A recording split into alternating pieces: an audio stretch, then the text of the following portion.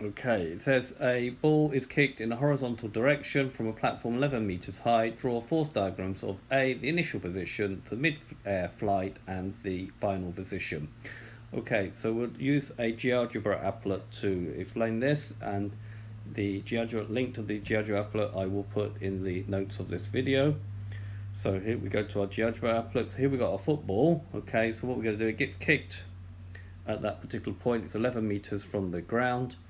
And what happens, it starts and it follows that sort of parabolic path, because gravity will start to act on it, and eventually it will hit the ground. Okay, so let's have a look to see what would be some of the forces acting on that. Let's have a look at some of the initial forces. Well, there'll be the initial kick of the football in the horizontal direction, and obviously its weight will be acting downwards. So that's the initial. Okay, so let's set it in its flight a little bit, and let's stop it somewhere. Okay, at that particular point we can see the weight will still be acting down, but there will be some air resistance of the ball. Okay, acting in that direction. It acts sort of a tangent to the ball.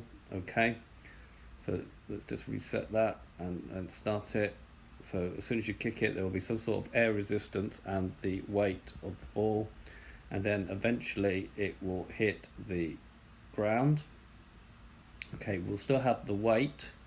We'll probably have instantaneously we'll still have some air resistance. As it's hit the ground, we will now have a normal acting in the opposite direction to the weight, and there will be a frictional force as well as it hits the ground. If it's smooth, then we just ignore the frictional force. Okay, so this has been a video. We'll just do it one more time just to have a quick look. So we can reset it like that. Okay, and these are the initial forces. Okay, so he kicks the ball, starts it, and then you get the weight and the air resistance acting against the ball. Okay, it's going to hit the ground.